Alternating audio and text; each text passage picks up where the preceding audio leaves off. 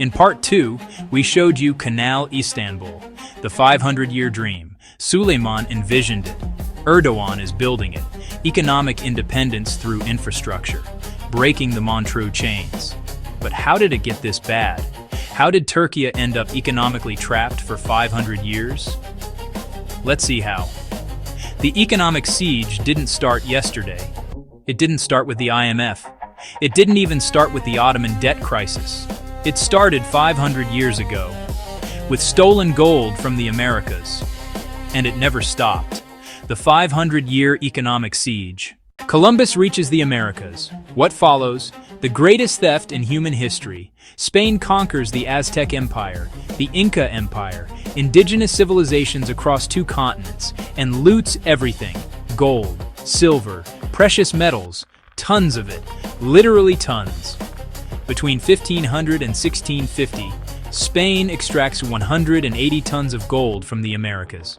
16,000 tons of silver. This isn't trade, this is plunder. Millions of indigenous people die, worked to death in mines, killed in conquest, destroyed by disease. Their wealth flows to Spain. Spain becomes the richest empire in Europe overnight. But here's what they don't teach you in school. Spain didn't just get rich. Spain used that wealth as a weapon against the Ottoman Empire. How? Economics 101. If you flood a market with gold, gold becomes less valuable. Prices go up, inflation. Spain floods European markets with American gold and silver. European prices rise. But the effect on the Ottoman Empire? Devastating. The Ottoman economy was based on silver currency, the akçe, stable for decades. Then Spanish silver floods the markets. Ottoman silver-based currency collapses. Massive inflation across the Ottoman Empire. 1500s. Prices skyrocket. Wages can't keep up. Economic chaos. Ottoman government tries to respond. Debase the currency.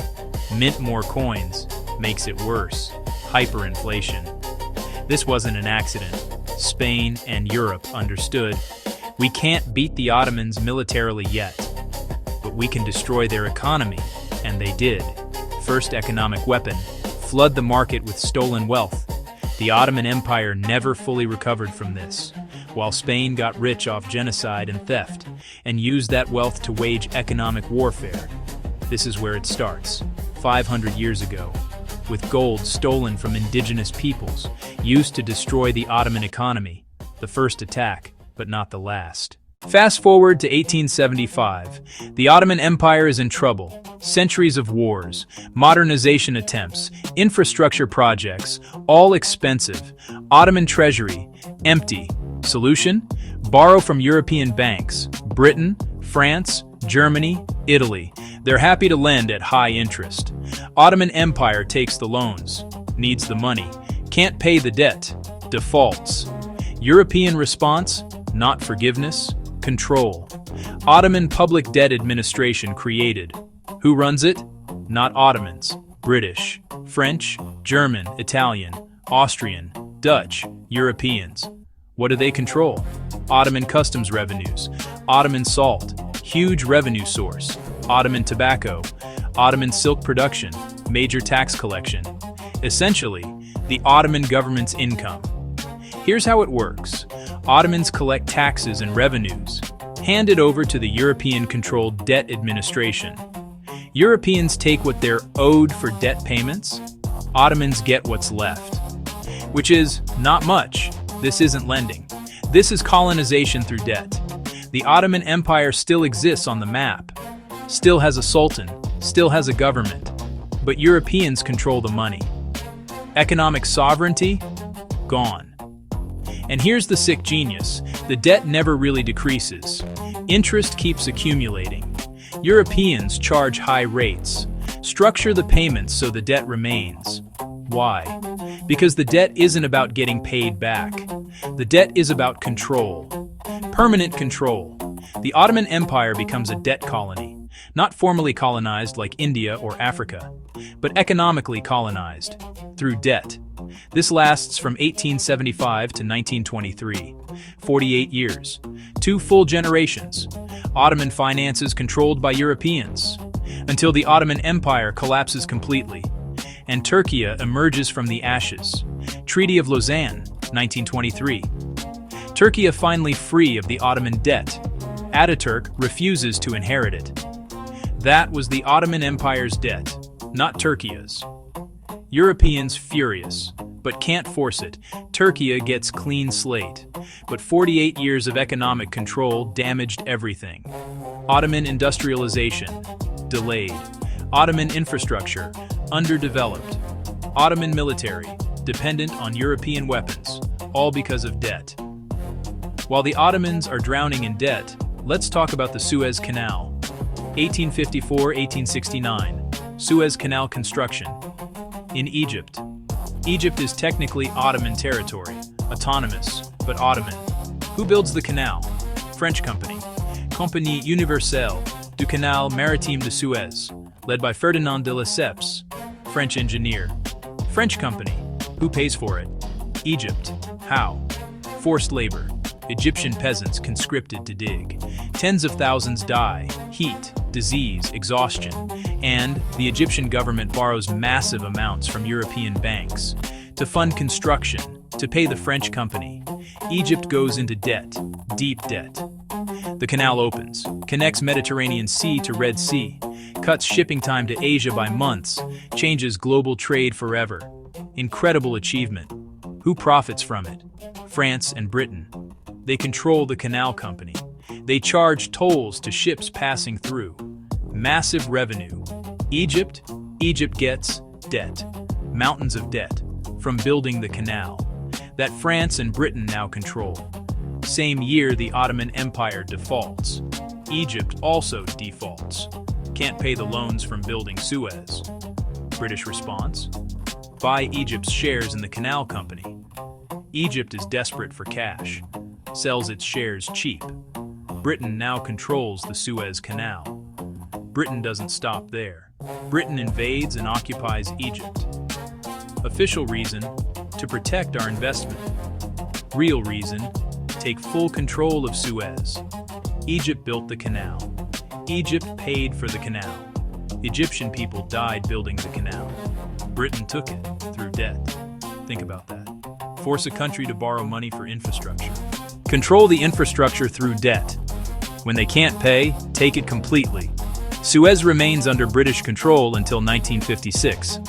74 years, when Nasser finally nationalizes it. Takes it back for Egypt. Britain and France try to invade.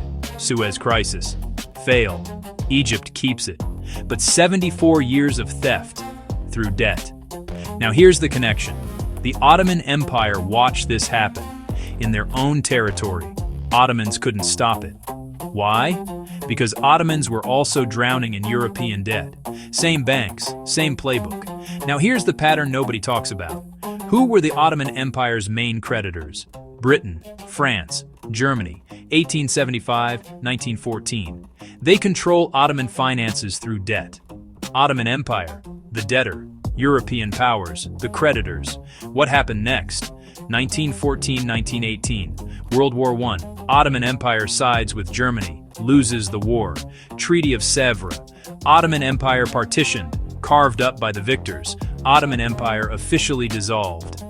Gone. The creditors? Britain becomes the superpower, 1919-1945. Largest empire in history.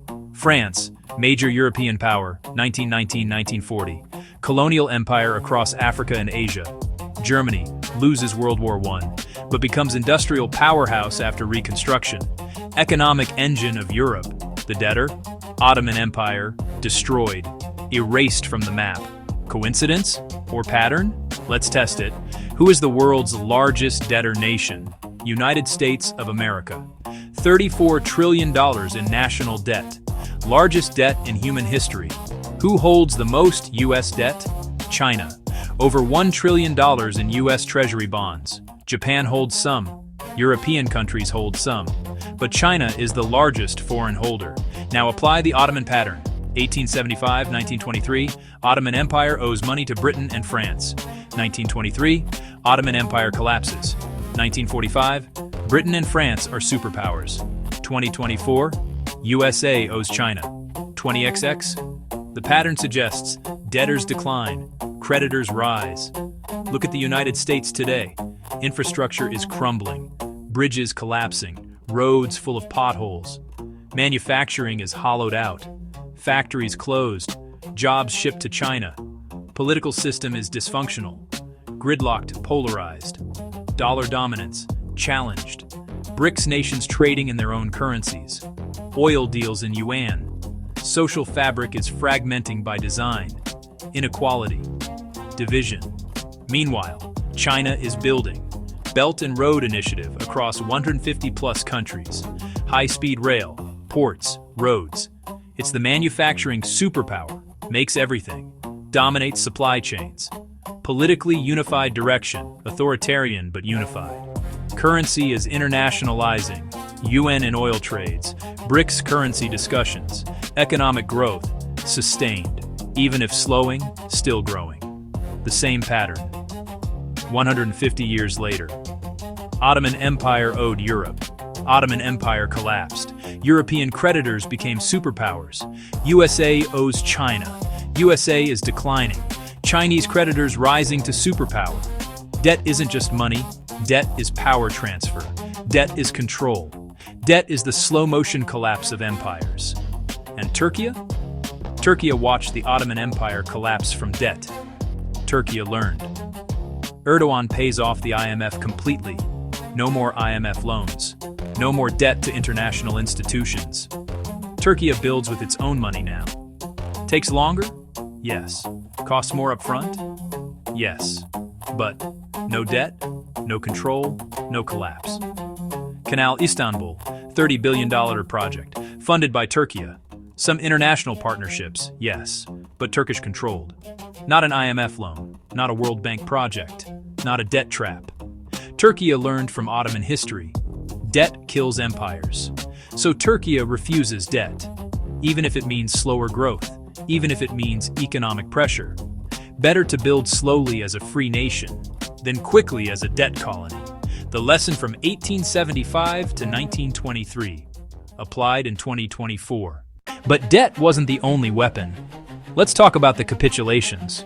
1500s to 1923. 400 years. What were the capitulations? Treaties between the Ottoman Empire and European powers gave European merchants special privileges in Ottoman territory. The official story, Ottoman generosity, cosmopolitan tolerance, open trade. The reality was these were forced concessions. Ottoman Empire was pressured to accept them. What did Europeans get? Tax exemptions. European merchants operating in Ottoman Empire pay no taxes. Legal immunity. European merchants commit crimes in Ottoman territory. Ottoman courts can't prosecute them. Only European consuls can judge them. Freedom to trade. Import and export whatever they want. No Ottoman restrictions. What does this mean in practice? European merchants can undercut Ottoman businesses. They pay no taxes. Ottoman businesses do. Flood Ottoman markets with European goods. No import duties. Extract Ottoman resources cheaply. No export taxes. Ottoman government can't tax them, regulate them, prosecute them, control their own economy. The result? Systematic destruction of Ottoman industries. Example, Ottoman textile industry, 1500s to 1600s. Ottoman textiles famous across the world. High quality, competitive prices. European textiles can't compete. Solution? European merchants use capitulations. Import European textiles to Ottoman Empire tax-free. Sell below cost. Ottoman textile producers can't compete. European merchants don't need to profit in Ottoman markets. They profit in European markets. In Ottoman markets, dumping to destroy competition. Ottoman textile industry collapses, factories close, workers unemployed. Within decades, Ottoman Empire dependent on European textiles. Same thing happens with steel, weapons, machinery, chemicals, every industry. By the 1800s, Ottoman Empire is economically colonized, without being politically colonized. Still has a sultan, still has territorial integrity, mostly. But economy controlled by Europeans, through treaties, through legal means. The capitulations continue until 1923. Treaty of Lausanne. Ataturk refuses to renew them. No more special privileges for foreigners in Turkey. Europeans furious, but can't force it. Turkey finally regains economic sovereignty after 400 years. But the damage is done. Ottoman industries destroyed. Turkish economy dependent. Takes decades to rebuild. Let's get specific. The Ottoman steel industry, early 1800s. Ottoman Empire has domestic steel production, necessary for weapons, tools, construction, railways. Not huge, but functional. Ottoman steel meets domestic needs. Europe industrializes. 1800s, Industrial Revolution. British steel production explodes. Massive factories, advanced technology. They produce far more steel than Britain needs. Problem is overproduction. Solution, export. But European markets are protected. Tariffs, regulations. Where can Britain dump excess steel? Ottoman Empire. The capitulations give them the opening. British steel floods Ottoman markets. Tax-free. Sold below production cost. This is called dumping. Export goods below cost to destroy foreign competition. Illegal in most markets today, but in Ottoman Empire, it was legal. Protected by capitulations, Ottoman steel producers can't compete. British steel is cheaper, even if lower quality. Ottoman producers can't lower prices, they're already operating on thin margins. Can't get government protection because capitulations prevent it. Can't access foreign markets because the European tariffs block them. Result: Ottoman steel industry collapses, factories close, workers lose jobs, expertise lost. Once the Ottoman steel industry is destroyed, British steel prices rise. Now Ottomans pay market rates, but they're dependent. Can't rebuild the steel industry. They lost the expertise. They lost the infrastructure. They lost the capital and are dependent on British steel imports. For weapons, for railways, for everything. This happens with every Ottoman industry. Textiles, weapons manufacturing, machinery production, systematic de-industrialization. Not through war, through economic warfare, through legal trade agreements, the capitulations. By 1900, Ottoman Empire industrially gutted and dependent on European imports for everything. But the most brazen sabotage? The Berlin-Baghdad Railway. Germany and the Ottoman Empire announce a partnership. The plan: build a railway from Berlin to Baghdad. Route: Berlin, Vienna, Istanbul, Konya, Adana, Aleppo, Mosul, Baghdad, Basra. Final destination, the Persian Gulf. Total length, 3,200 plus kilometers. The longest railway project in history at that time. Why does this matter? For the Ottoman Empire, access to the Persian Gulf, control of trade routes, connect the empire's territories, Anatolia to Mesopotamia, economic development across the heartland, transport troops quickly, military advantage, modernization, industrialization. For Germany, land route to Asia, bypass British-controlled sea routes, access to Mesopotamian oil. Germany needs oil for industry. Trade route Germany controls, not dependent on British Navy. Challenge British maritime dominance. For both, economic independence from the British Empire, strategic autonomy. This railway threatens everything Britain built. Britain's power is naval dominance. Control of the seas is control of trade. Suez Canal, British. Maritime routes to Asia, British controlled. If Berlin-Baghdad succeeds, continental land route emerges. British naval advantage, neutralized. Germany gets oil without British permission. Ottomans get development without British control. British Empire's strategic position, undermined. Britain's response, panic. This railway cannot be allowed to succeed. The sabotage campaign. Step 1. Financial warfare. British banks refuse to finance the railway. Pressure. French banks to refuse. They mostly comply. Ottoman Empire and Germany fund what they can, but nowhere near the billions needed. Construction slows. Not enough capital. Step 2. Diplomatic sabotage. Britain pressures countries along the proposed route. Neutral territories. Influence zones. Don't allow this railway through your territory. Don't grant transit rights. Diplomatic pressure. Economic threats. Some countries cave. Route planning becomes difficult. Step 3. Propaganda warfare. British media launches campaign. German imperialism threatening the Orient. Ottoman-German alliance against civilization. Railway is a military threat to British India. Public opinion in Europe turns against the project. Investors nervous, funding harder to secure. Step 4. Actual warfare. World War I begins. Many causes. Complex situation. But one factor: British-German imperial rivalry. Berlin-Baghdad Railway is part of that rivalry. Britain cannot let Germany have land access to the Middle East. Cannot let Ottomans modernize independently. A war is preferable to a successful railway. Ottoman Empire chooses Germany's side. Makes sense. They're partners on the railway. Britain invades Ottoman territories: Mesopotamia, Iraq, Palestine, Arabia. Objective to secure oil. Cut the railway route. Destroy Ottoman power. Ottoman Empire defeated. Treaty of Sèvres. Ottoman Empire partitioned. Railway construction. Stopped completely. Sections had been built. Fragments exist, but never connected. Never completed. The vision was dead. Ottoman Empire dissolved. Turkey emerges. The railway abandoned. What was lost? Think about what this railway would have meant. Ottoman industrialization, accelerated by decades. Connection between Anatolia and Mesopotamia. Economic development across the region. Oil access for Ottoman modernization. Strategic independence from European powers. All of it destroyed. Not because it was impossible. The engineering was sound. Sections were built successfully.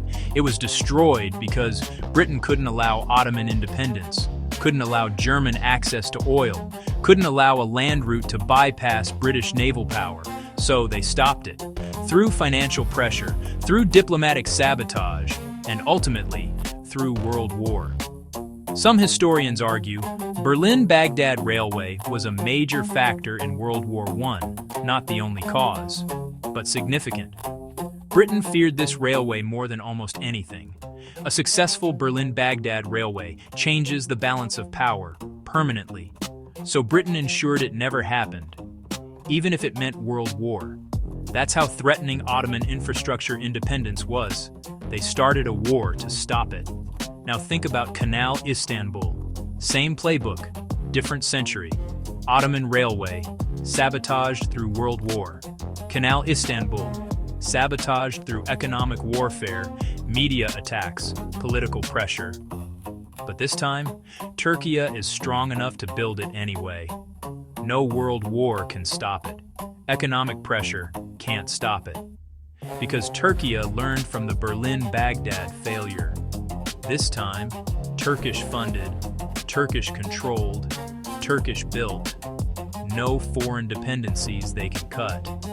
The lesson from 1903 to 1918, applied in 2024. Turkey wins independence. Ataturk rejects the capitulations, rejects the Ottoman debt. Turkey starts fresh.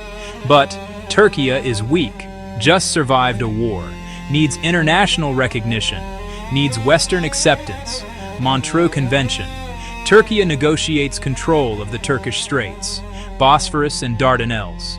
Turkey gets sovereignty over the straits. Good. But there's a condition. Turkey cannot charge tolls for commercial passage. Free passage for commercial ships. Guaranteed by international treaty. Why did Turkey accept this? 1936. Turkey had no leverage, had a weak military, weak economy, needed Western recognition, needed peace. Montreux was better than nothing. At least Turkey controls the straits militarily. But economically, constrained. 30,000 ships per year pass through the Bosphorus. Turkey charges nothing, but provides safety services, pilotage, traffic management, infrastructure maintenance. This costs Turkey hundreds of millions per year. The revenue from it, zero. Compared to Suez Canal, Egypt makes $8 to $9 billion per year. Panama Canal, Panama makes $2 to $3 billion per year. Bosphorus, Turkey makes nothing. This is insane, but Turkey accepted it. Because in 1936, no choice. Ataturk knew it was a bad deal, but survival first. Couldn't challenge it, not yet.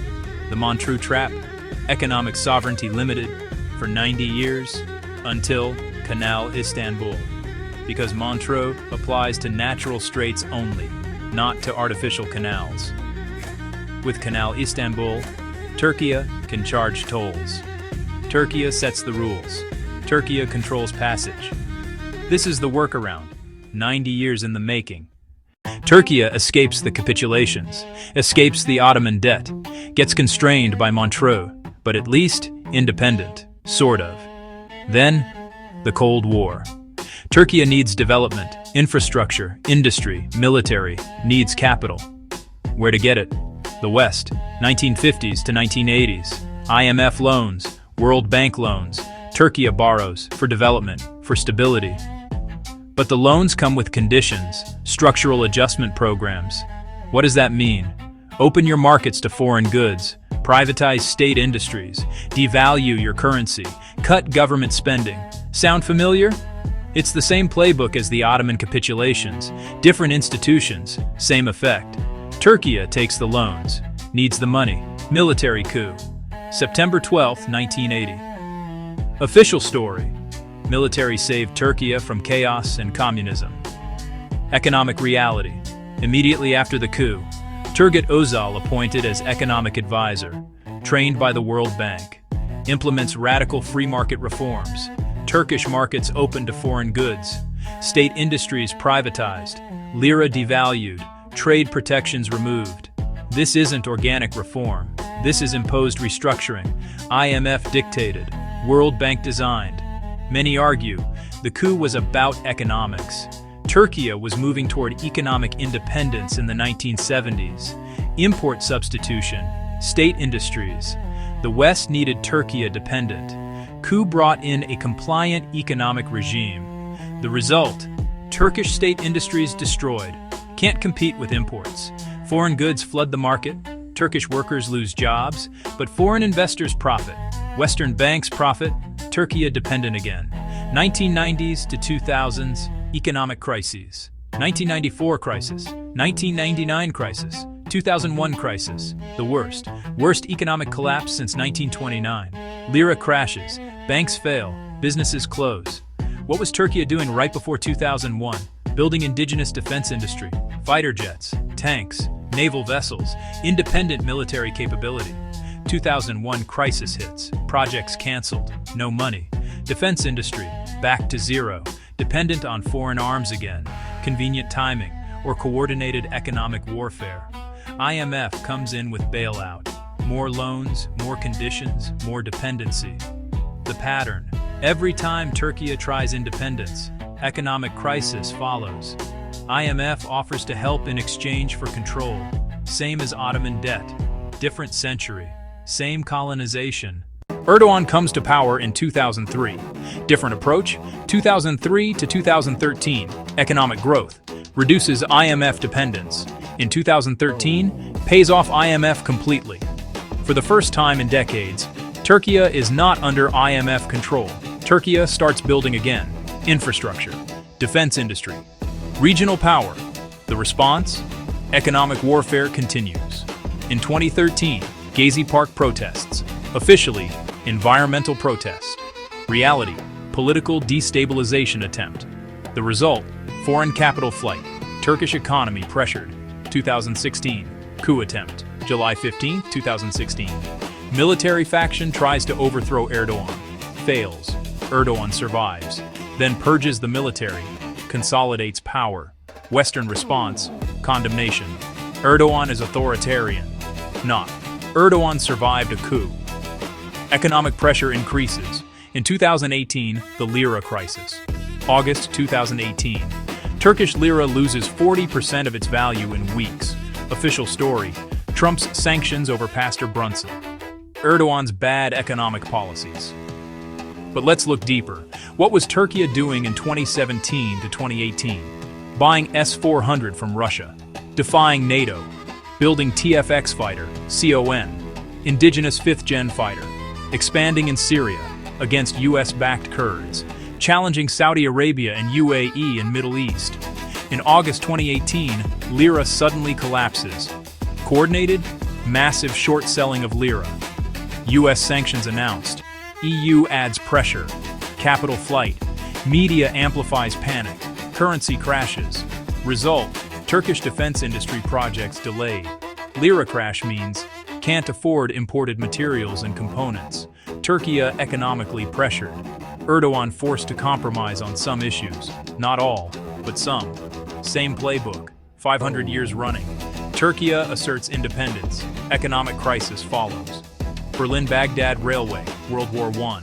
Defense industry, 2000s, 2001 crisis. S-400 and COM, 2018 lira crisis. The pattern never stops. So what has Turkey learned from 500 years of economic warfare? Lesson 1. Debt is control. Ottoman Empire collapsed from debt. European creditors became superpowers. USA now drowning in debt to China. Same pattern emerging. Turkey's response? 2013. Paid off IMF completely.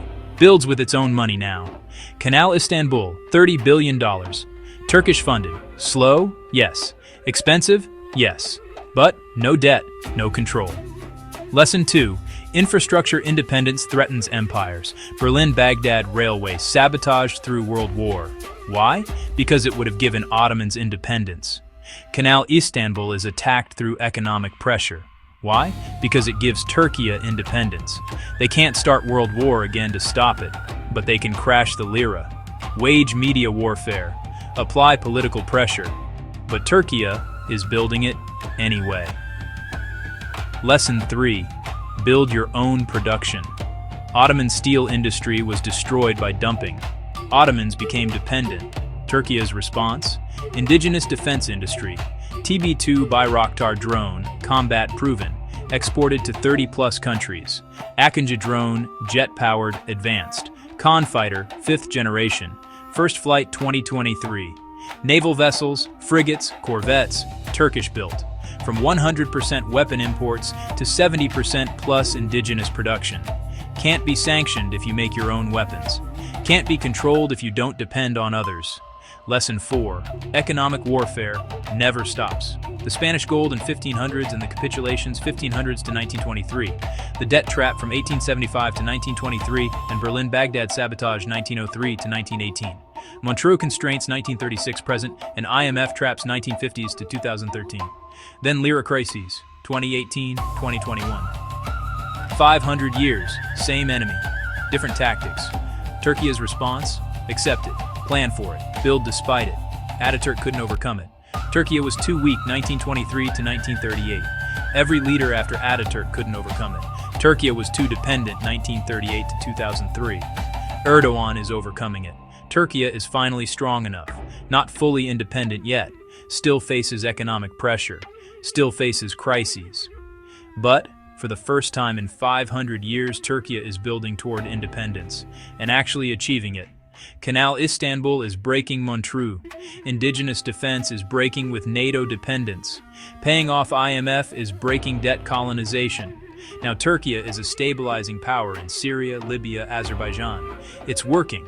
Slowly, painfully, expensively, but it's working. 500 years of economic warfare. Spanish gold flooding markets. Capitulations destroying industries. Debt colonization controlling finances. Suez Canal stolen through debt. Berlin-Baghdad railway sabotaged through war. Steel industry destroyed through dumping. Montreux limiting economic sovereignty. IMF traps maintaining dependence. Modern lira crises punishing independence. Every time Turkey gets strong, economic warfare follows. Every time Turkey builds infrastructure, sabotage follows. Every time Turkey asserts sovereignty, crisis follows. For 500 years. But with the grace of God, Turkey is still here, still standing, still building. And now, for the first time since the Ottoman Empire's peak, Turkey is actually winning.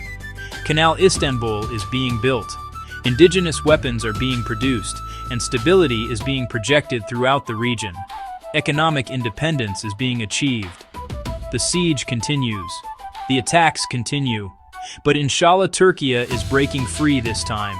Part 4 shows you the complete strategy, how Turkey turns isolation into power, how no allies becomes no obligations, how Turkey uses everything we've shown you to build true independence. Military, diplomatic, cultural, economic, the full picture. Part 4, Turkey has no allies, and that's its power.